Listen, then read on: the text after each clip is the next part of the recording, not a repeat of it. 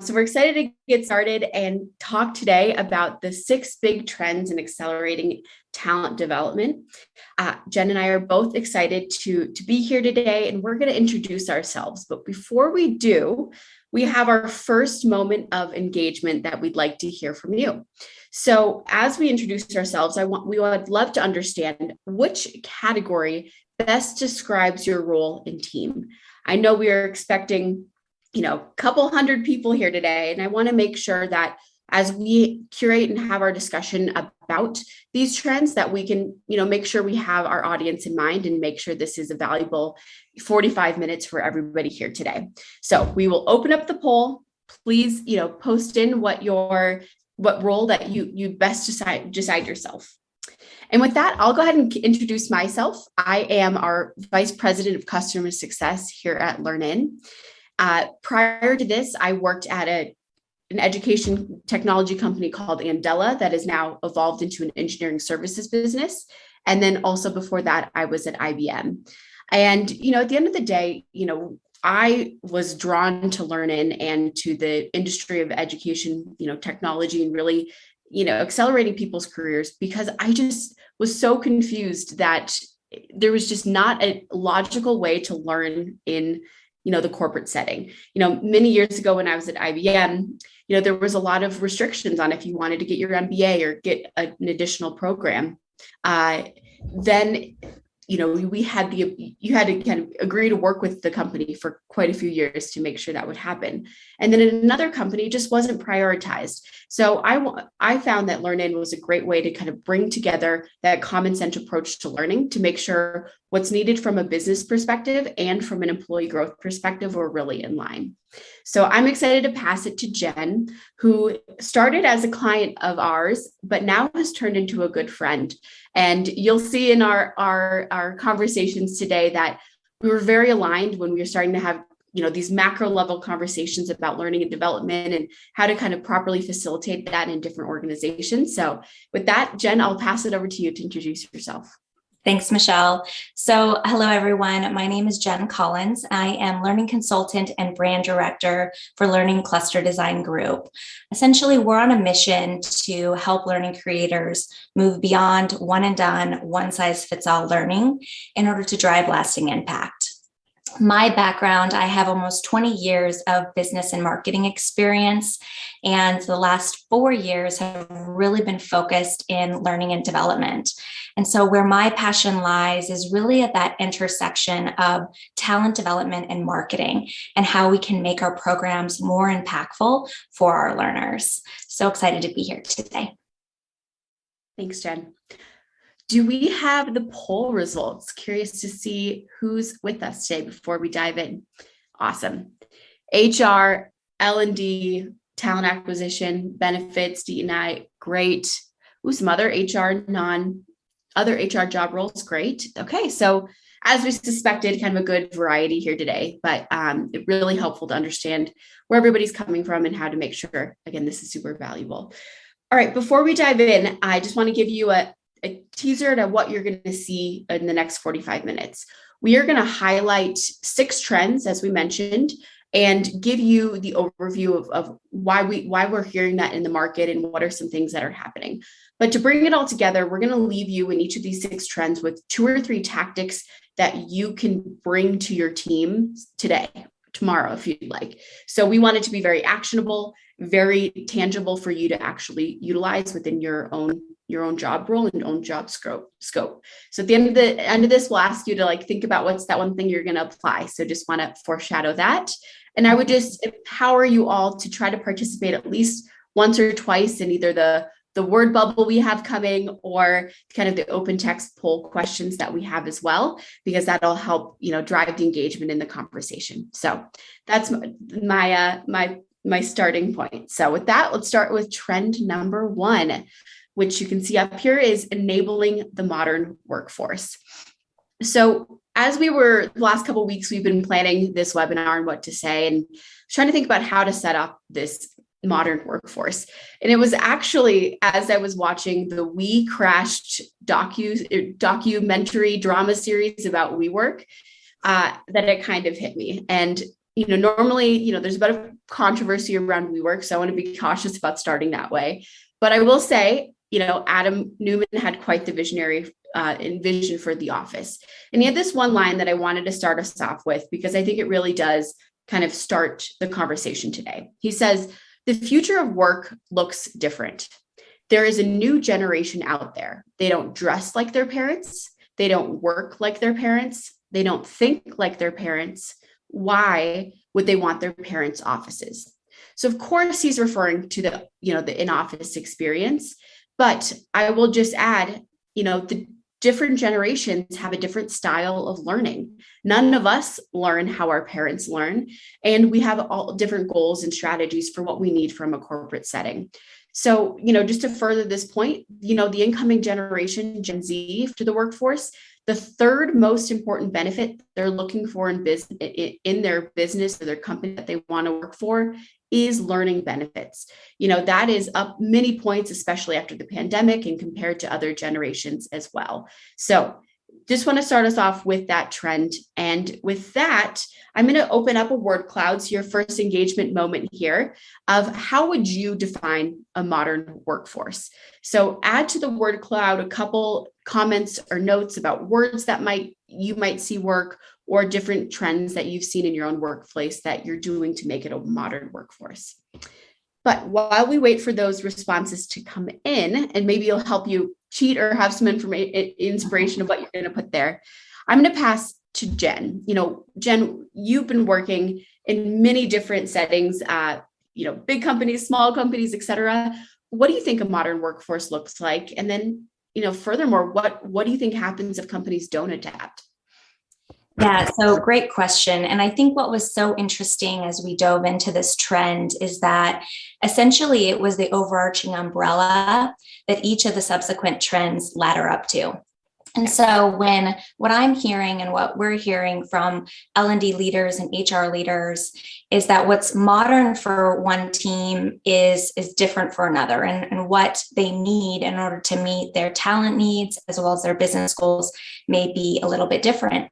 And at the same time, it continues to evolve. Modern changes, as we say, every day. One of the key things that we continue to see rise to the top, though, is we see learning and development and really being moving from an order taker to a business partner, and making sure that we're taking more of a consultative approach in tying all of our efforts back to being a business partner and tying to those business goals.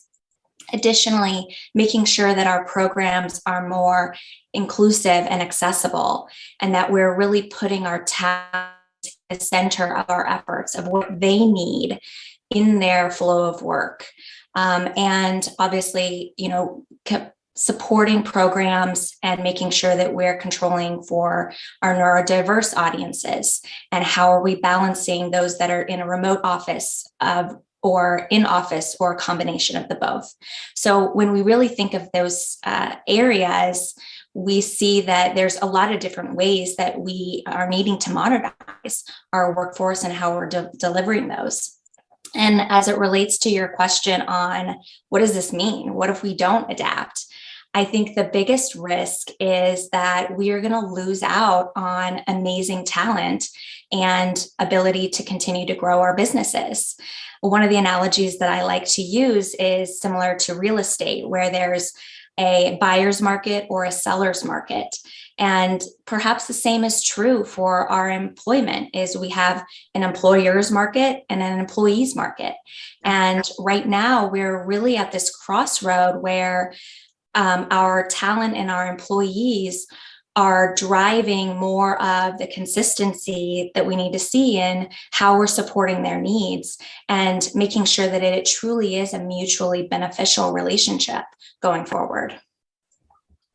Yeah, I just love that analogy. As a recent home buyer myself, which is his own journey, it is definitely not a buyer's market, but right now you're right, it's shifting from an employer's market to that employee and a learner's market, and kind of the standards are really changing. So that is kind of a super cool analogy. And the other thing I would just think about, we hear the term modern, I think my head immediately goes to a futuristic house or futuristic, style of things. But modern is really just keeping up with the times. And at the end of the day, I think we are catching up. As the themes I heard from you, what you talked about there, is we have to change and modernize from the pandemic. I know we're all sick of hearing it, but it's very true. And how everything has changed from March of 2020 to, March 2022, 2 years ago, is very different.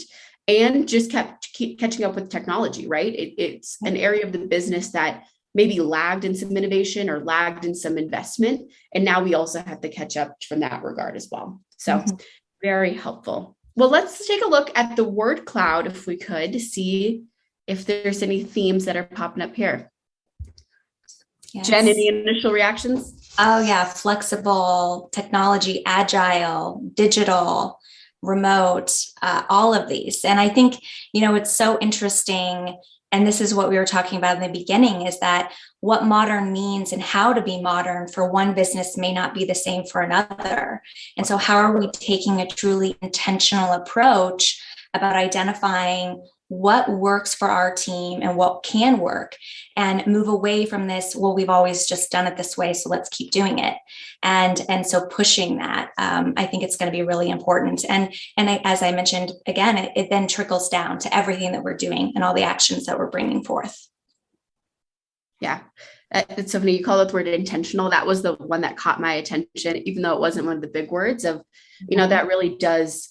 If we can put an intentional approach to some of the things we'll talk about soon, about being learner-centered and being able to create a flexible approach that works in an intentional way, we're really going to have some great results.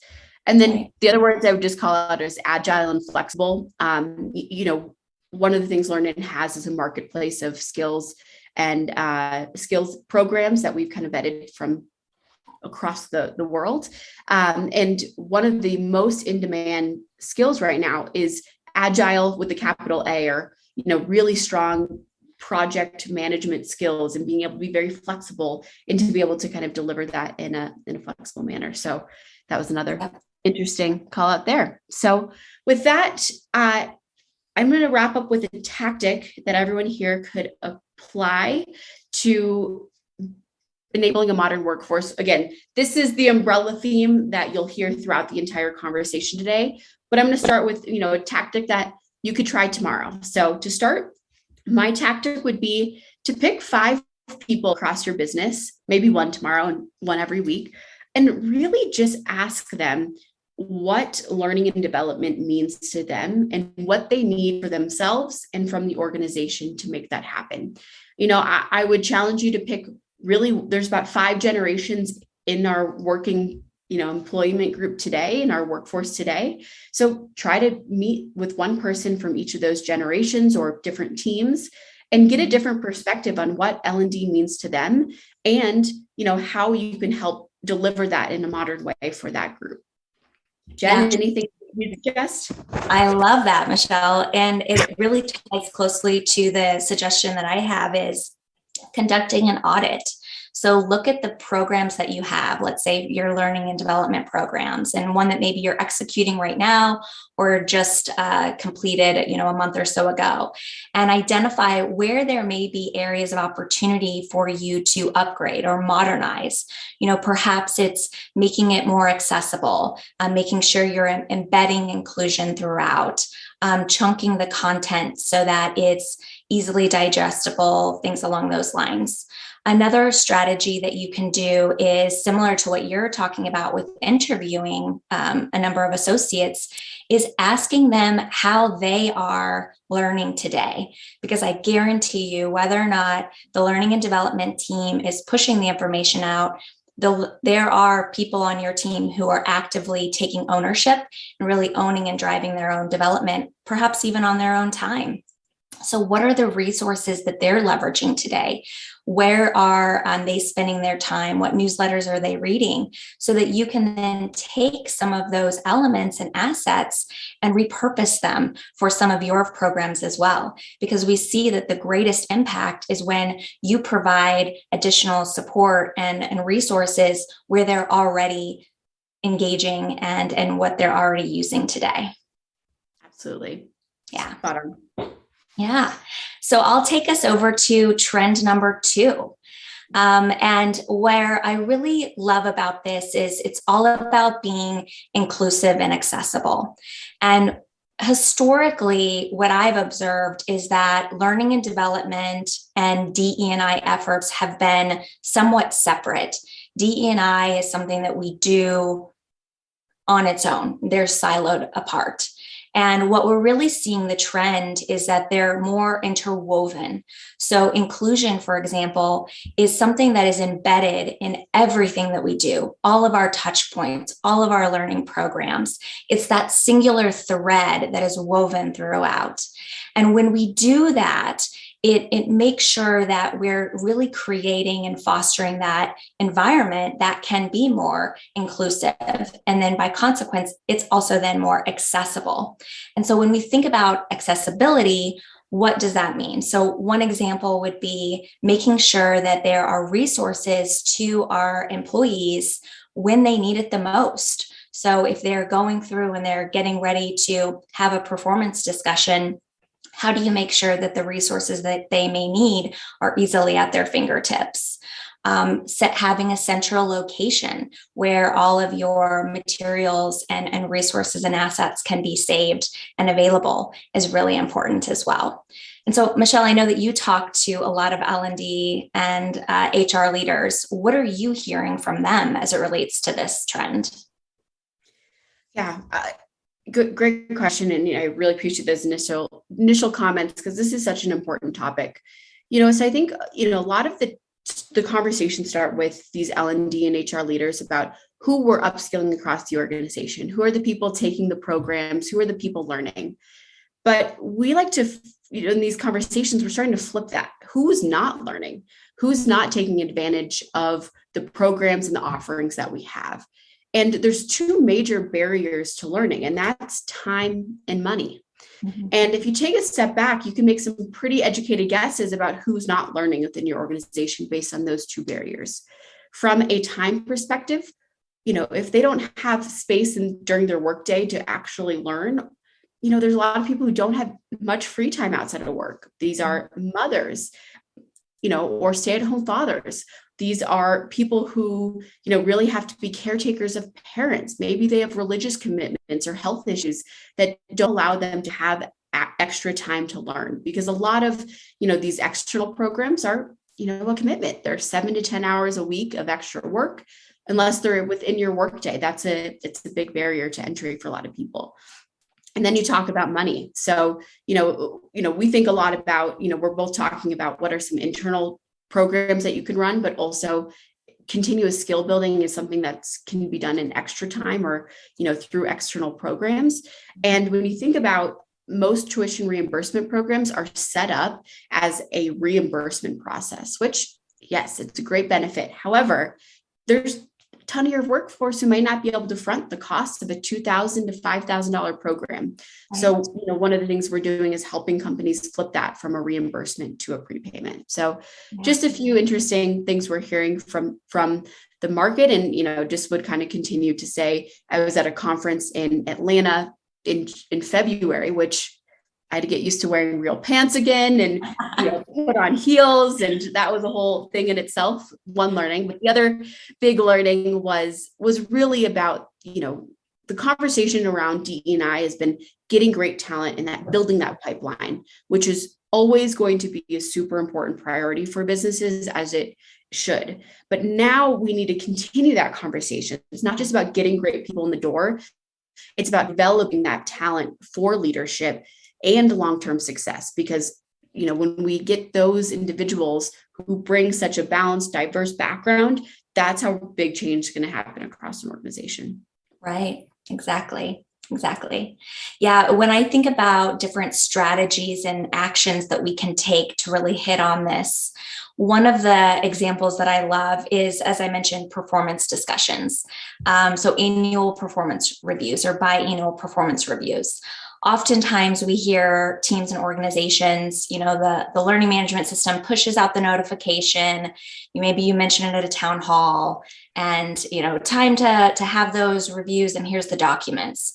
But instead, perhaps what we could do is create a landing page, that has what are all of the scheduled upcoming live events where maybe new managers or new employees can get information about what is the process like, what are some frequently asked questions, what are the expectations, et cetera. Then also on that landing page, house some on-demand content, whether it's a cheat sheet of how to provide specific feedback, or an infographic on ways in which you can minimize bias or be aware of some of the biases that you may be carrying as you're going into those performance discussions. And then the last piece that you may house on this resource page could be a list of subject matter experts that the team members can go and consult with one-on-one to get that peer-to-peer support of, hey, I'm getting ready to have a perhaps contentious conversation with an associate to give feedback. Can I do a role play with you? Right. And that's something that's, often in my last role that I worked very closely with the HR business partner to kind of role play and practice through that if I was ever in that type of situation. And so when we aggregate those resources, it really makes it accessible for them when they need it most, which is when they're getting ready to have the performance discussions, not the 6 months before when they first heard about the new program that rolled out. Absolutely. Yep. Spot on. And my tactic for you to apply is to really hold yourself and ourselves accountable through data. And, if this is not an exercise that you could do tomorrow, right? Being able to look at the data of who in the company is actually learning and then flip it of who's not learning. That's a good sign of maybe somewhere you could invest in the business of being able to measure the success of who's learning and who's not learning. And then you can build campaigns to really optimize for the who's not learning and how you can bring up, the organization as well. Mm-hmm.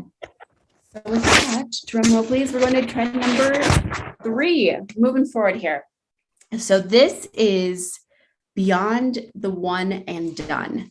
So as we were discussing this, Jen, I'm actually going to pass it right back to you because this was a trend that you brought up. And I'm curious, like, how do you define beyond the one and done? And what does that mean to you? Yeah. So essentially, historically for L&D, we have been focused on creating a single course or a single program. But what we know through the research is that learners are finding ways to learn daily, weekly, and oftentimes on their own. And whether or not L&D is pushing that information out. And if we kind of take a step back from that and think about the last thing that we learned outside of work. Right. And what was that experience like? So maybe you watched a YouTube video, or you read an article, or consulted with a neighbor or a friend, or you went to consulted Google and looked up, frequently asked questions on something to really dive into a specific area where you wanted to learn more. And the likelihood is that when you were really upskilling yourself on whatever it is you were learning, you leveraged all of those tactics in one way, shape, or form over the course of a period of time. And what we call that for the learning cluster design is a learning cluster. Essentially, it is this means in which you can surround your learner with meaningful assets, both in and out of the flow of work. And I think that that's when we think about moving beyond one and done, that's what we're meaning is it's not just about this one single touch point or one single tactic, course, or program that we're going to execute, but how are we giving them multiple assets in order to support their development and to drive lasting impact? Yeah. Awesome. I'm hearing this kind of tone more and more that learning is not an event, it's a journey.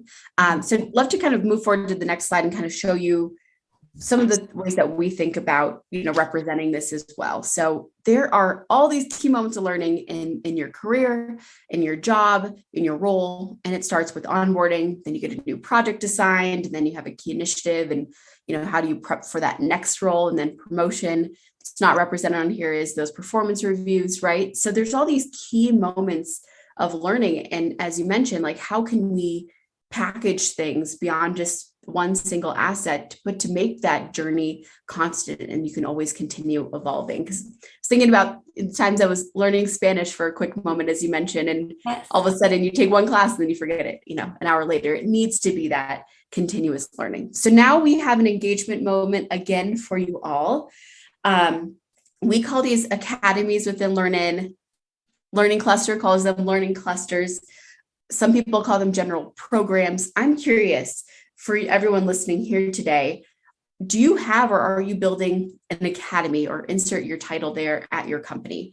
We would love for you to comment in to the open text form with what academies are you building and what's the duration, right? To see what are some of the lengths that you're building out. Is it an onboarding academy? Is it a sales training program? Is it leadership? Is it new manager? Those are just a few I'm hearing from the market. Or being able to change roles from customer success to product management, for some example. Are there any job roles that you are all, or any job programs that you're all seeing? I don't know if we want to pull up the open text and we can kind of react live to this. Not yet. Seeing if there's any. All right, for some of the people saying yes or not exactly, feel free to, jump in more if there's hey, yeah, we do have a 6-month leadership program or onboarding program. HR Academy, 2 months, okay. 8-month leadership academy and onboarding, super interesting. Okay. I love the onboarding academy. Yeah. And these are great examples. I can share one of the action for those of you that are saying, hey, we're not there yet. And this is, again, a very top line way in which to bring it to life. But when we think about moving beyond one and done events, essentially what we talk about with the learning cluster design model is we break out the types of assets into 3 categories: your formal events, your immediate events, and then your social touch points. Mm-hmm. So what that may look like. So let's take, for example, you are an internal learning and development team, and you are partnering with an external vendor to come into your organization and perhaps coach your managers on communication styles. And so that program may be a 6-week program. And in and of itself, it will be a learning cluster. But what you can do is then overlay that to really customize it for your company. So you have that formal event where there may be live programs that your participants are going to go through. And then when you think about the immediate components, it's how are we having recordings of those sessions? How are we having cheat sheets with frequently asked questions, job aids to jump to a specific topic on communication style? And then the final piece is that social component. How are we leveraging peer-to-peer collaboration to really practice what we're learning and process what we're learning? And so that could look like maybe a monthly meeting or a peer-to-peer buddy system where they kind of hold each other accountable. And so when you bring all of those 3 elements together, both the formal, the immediate, and the social, as it relates to the LCD model, it again allows you this opportunity to surround them with those assets. And it's something that you can overlay to an existing program that you're maybe buying off the shelf. Awesome. Great tactic, great things that people can apply right away. I'll just kind of wrap up this one with thank you for all the results. I think that, or all the feedback here, some really great programs. I think this could be a good thing for us to kind of clean up and share with the group as a follow-up, but seeing lots of leadership academies, lots of onboarding, and they range from 1 month to, I saw 18 months in there, which is a great to kind of turn that into a journey. And so my tips are, if you have none today, there's a ton of no responses to, is okay. You can start doing this in small ways. I think phase 1 is just organizing, find all the assets together in one place, put them in a folder, and give people access to that folder to kind of self-service model. Phase 2 is really to analyze what are all the assets you have today, what needs to be updated, where are there skills gaps that aren't covered.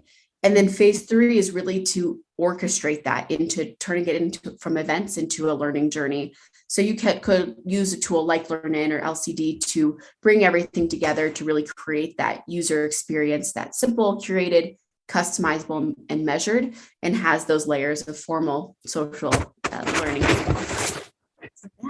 We'll move on to trend number 4. We're moving through. Yes. So to open this, a question that I have for each of you: how many paid subscribers are on Netflix today? And essentially, there's a lot. It's over 222 million. That is a lot of subscribers. And what is really cool about Netflix is the level of customization that they provide to each one of those 220 million subscribers, which brings us to trend number 4, which is learner-centered solutions. And essentially, this is a nice piggyback off of moving beyond one and done events and a segue into moving beyond one size fits all learning. One size fits all doesn't work. And in the case of Netflix, what's so unique about their platform is that not only are they curating content that's very specific to the viewer there. So me, as someone who loves apocalyptic movies and musicals, I get served those types of movies and documentaries more frequently than you, who may be more interested in documentaries or rom-coms or sci-fi. And what's the other interesting thing that Netflix does is the customization of the artwork that you see promoting specific movies or TV series. So there's anywhere from 5 to 20 different visuals that they may use for a single movie.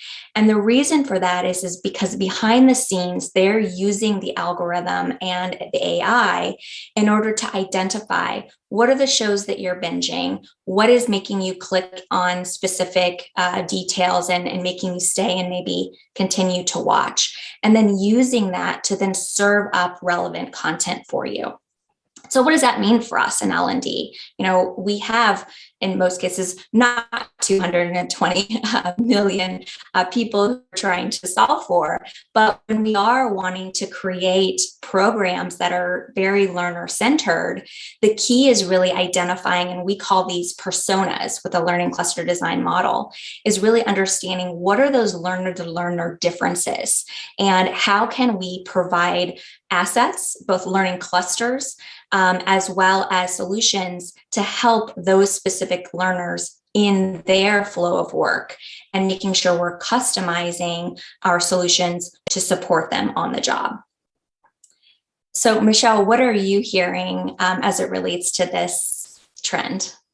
Yeah, I'm hearing 2 trends that are super interesting around this learner-centered solutions. It's like, from a CLO and a head of HR perspective, it's like, how can we create a solution that benefits our employees, but also benefits the employers, right? The employers are the ones that are funding these programs. They're the ones that have that skills gap and need that we need to close. But the employees need to have this unique and customized experience for themselves to have that, to drive that behavior and actually taking these programs and then ultimately drive the outcomes like retention, like engagement, like true increase in productivity because you've increased skills. So there's this whole group of companies that are now issuing learning stipends. So it's kind of a modernized approach to the tuition reimbursement, tuition assistance programs that exist today. But the stipends are a way of saying, I've got one company that I, work closely with that gives everybody $3,000. And they say, we want you to own your own development. And that's a very common, another theme I'm hearing all the time is allowing employees to really take the wheel of where they want to go in their careers. And so what they do is then give them a marketplace of options for them to learn. Some are very short, some are longer, some are day-long boot camps, some are 12-month programs, some are university degrees, but it allows everyone to customize their approach based on their time commitment, based on their approach that they like to take for learning, and kind of how they think they need to grow in their own professional careers. So of course, both the company And the employees, we recommend they meet with their managers to kind of figure out what they're going to learn so it syncs with the business.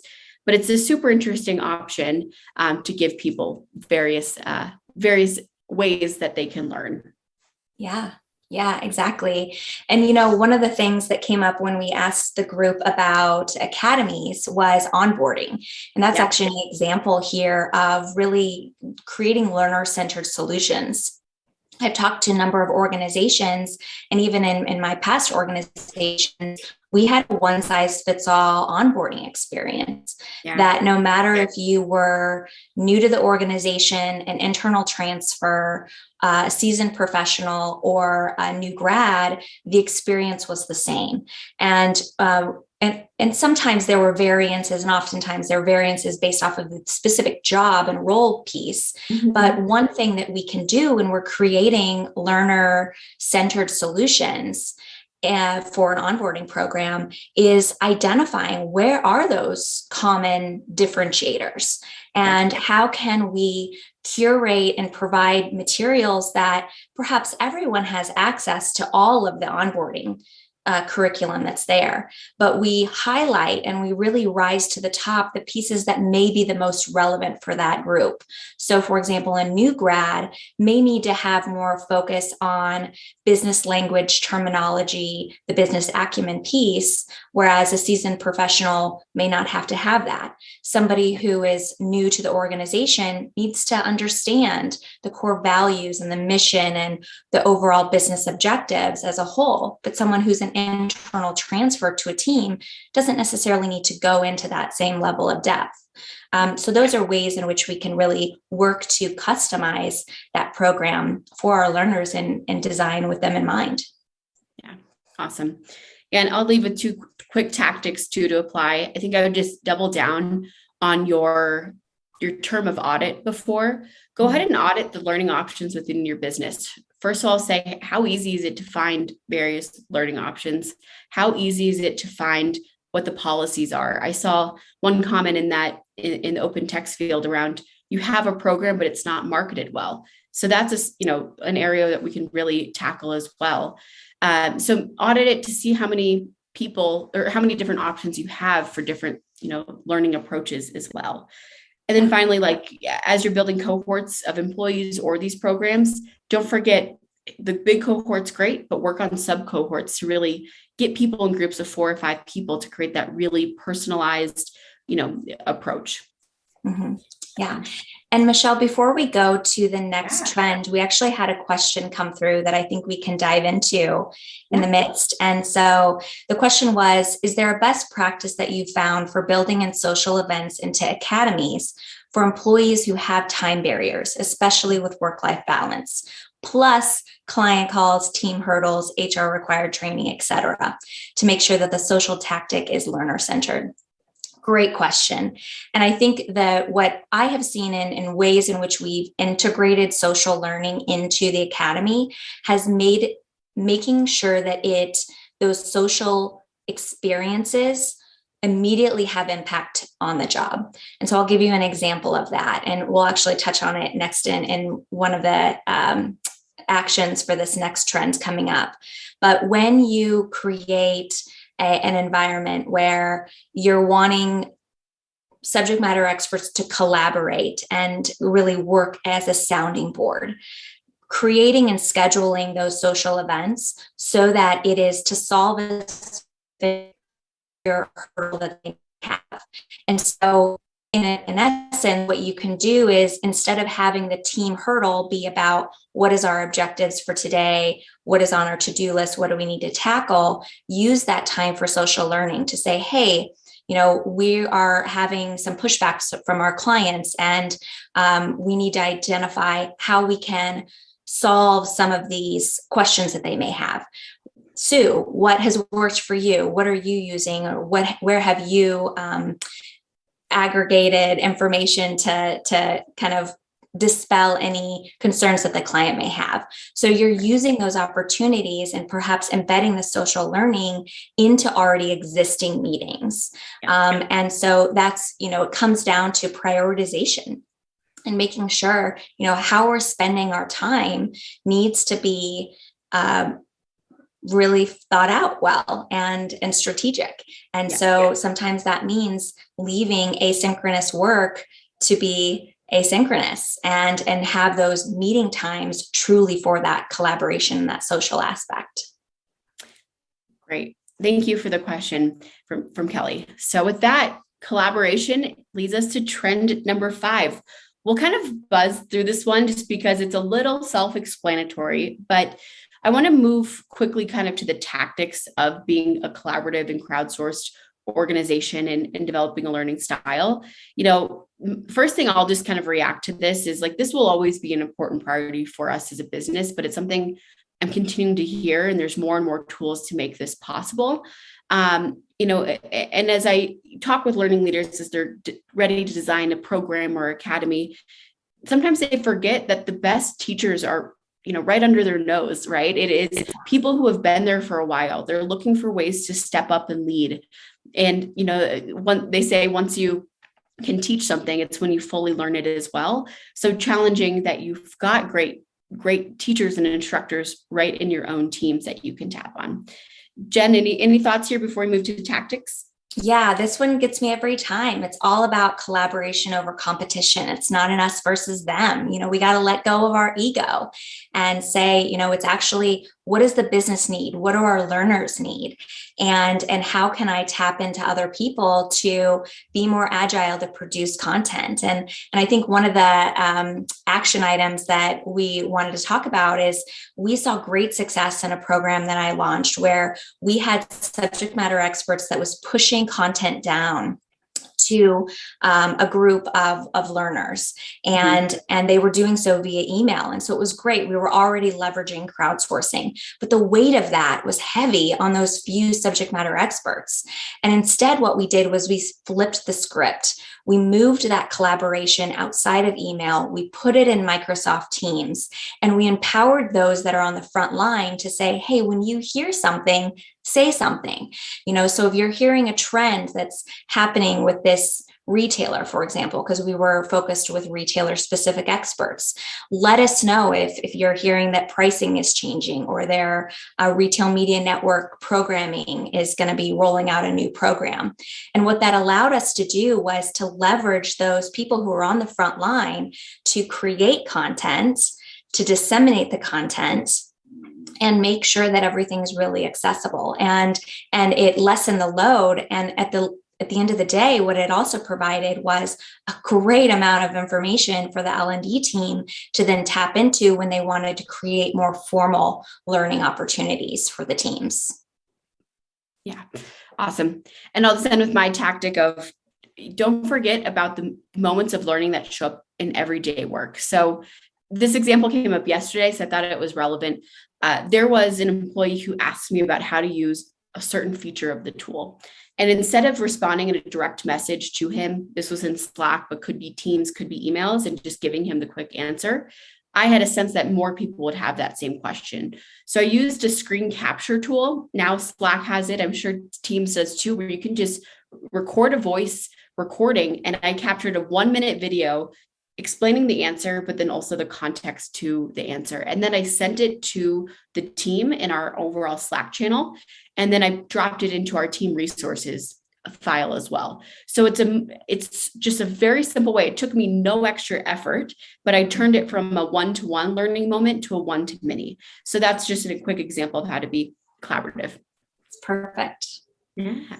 All right. Our last one, trend number 6. So the final one is to be adaptive and progressive. And so what does that mean?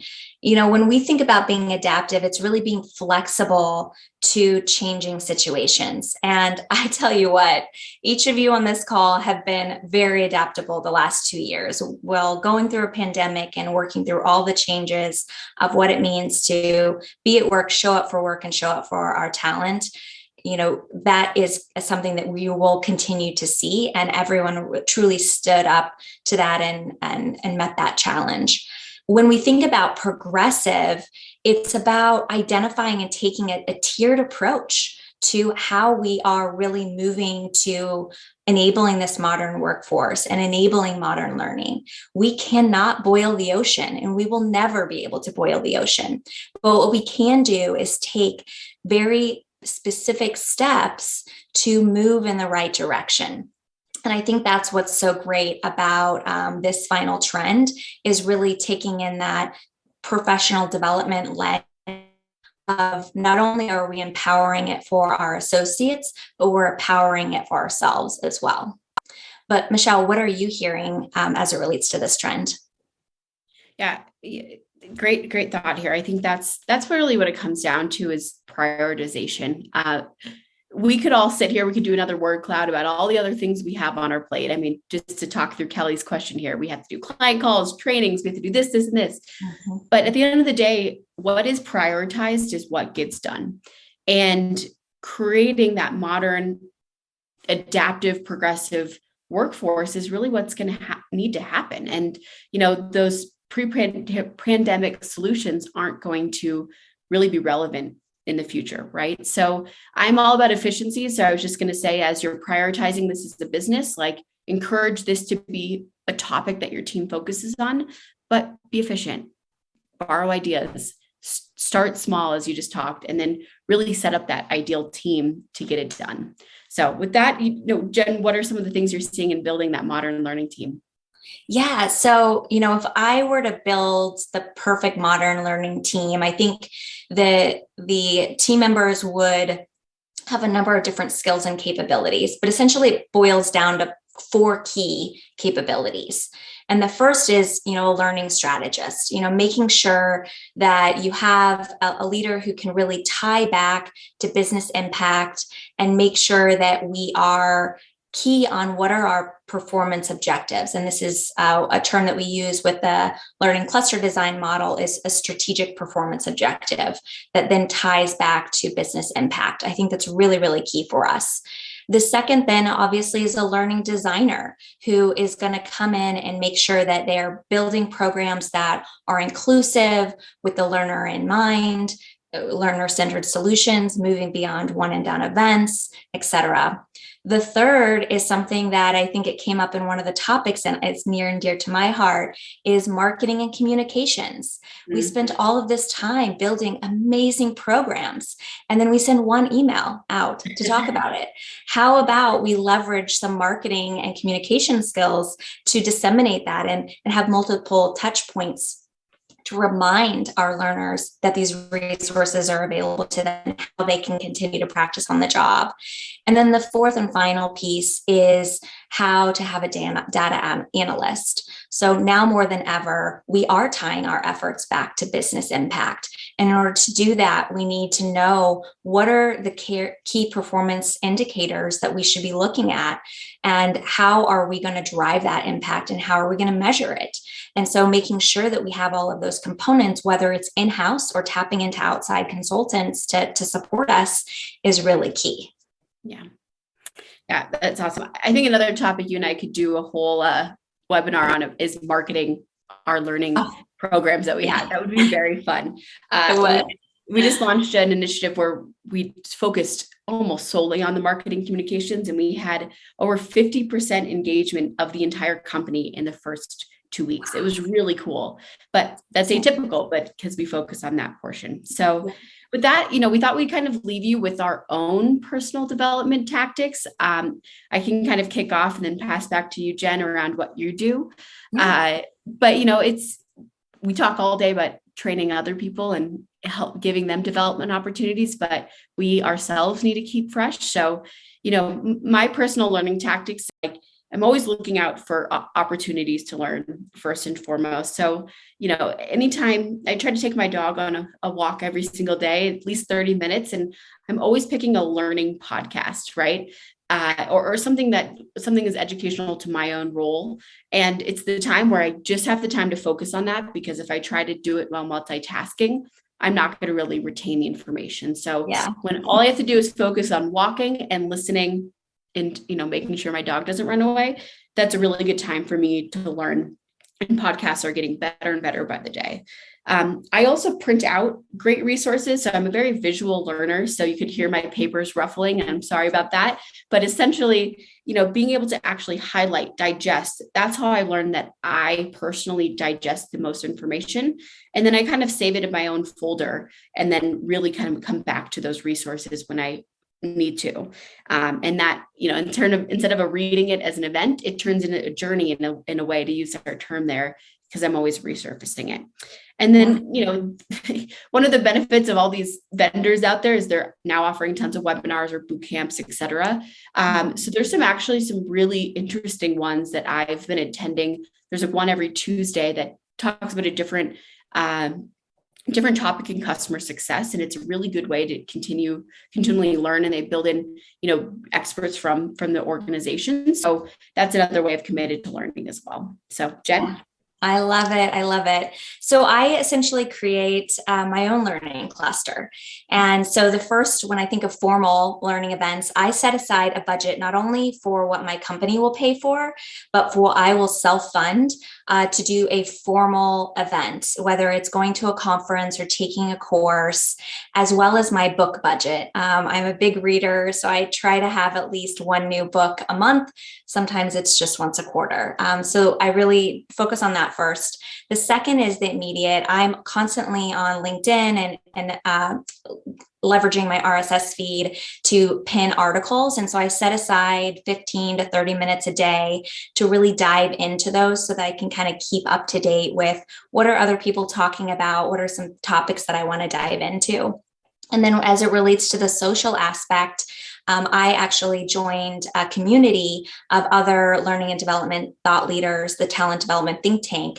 And I've been part of that community for over a year now. And it has been immensely helpful to be able to step outside of, particularly when I was on the corporate side in an internal L&D team, not on the consultant side, getting perspectives from others outside of my organization and seeing how they're solving problems and working through opportunities to develop their team has been really, really helpful. And so I think when you kind of round out all of those pieces, it helps to make sure that we continue to grow and develop on personally. And in order to do that, in order to support the development of others, we've got to support the development of ourselves as well.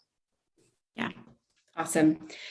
Thank you, Jen. Well, with that, let's go to the last slide just to kind of wrap up the day. I think this is all the trends put together, modern workforce at the top, being inclusive and accessible, beyond the one and done, learner-centered solutions, being collaborative and crowdsourced, and adaptive and progressive. So these are just things that we're hearing from our conversations with learning and HR leaders. And so always curious to hear more.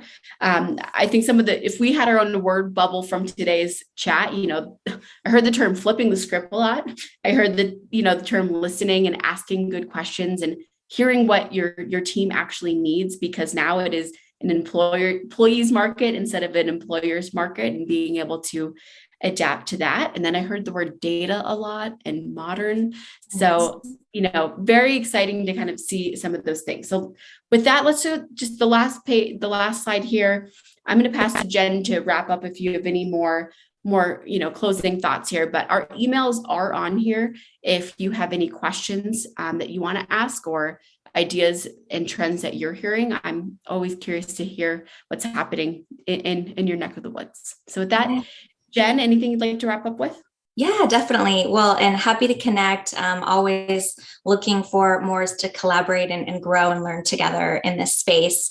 I think the one thing that I'd leave you with is just identify one thing that you want to take from this session today and apply. I'm a big James Clear Atomic Habits, and his quote is, if you just focus on being 1% better every day, in a year's time, you'll be 30% better at whatever you're working on. And I think those are pretty good odds, and so it really compounds when you continue to focus on that development. And so one thing, I did see a question come in, Michelle, I think you mentioned podcasts. I actually pulled up all my podcasts that I'm also a podcast junkie. So I'll go first and then you can share yours. But my not always listen is the Talent Development Hot Seat with Andy Storch. I'm also a Huberman Lab fan. It talks about the brain science of how we do things. And then, of course, Brene Brown. Brene Brown. I knew you were going to say that. Yes. Yeah, can't go wrong with Brene Brown. So that's awesome. A lot of mine I listen to are more on the customer success. So gain, grow, retain, if anyone's interested in that. But I also like to listen to like HR Happy Hour is a good one. Also with Adam Grant, the work life podcast that he has. So those are some of the ones I listen to. So there's some really good ones out there, and comment if you have any that you love, because there's always a walk to take with my dog and always a podcast to listen to. So many. Yeah. Awesome. Great. Well, Jen and Michelle, we want to thank you for joining us today. And just a reminder to our HCI members, today's webcast has been approved for HRCI and SHRM credit, as well as for HCI recertification. Your credits for attending this webcast will soon show up in your My HCI profile under the transcript tab. And while you're there, don't forget to check out hci.org for even more insights, as well as information on our certifications, virtual conferences, premium membership, and more. I want to say one more thank you to our presenters today, Jen and Michelle, and to the good people at LearnIn. And I'd also like to thank you, our webcast viewer. Thanks for spending an hour with us, and we'll see you next time.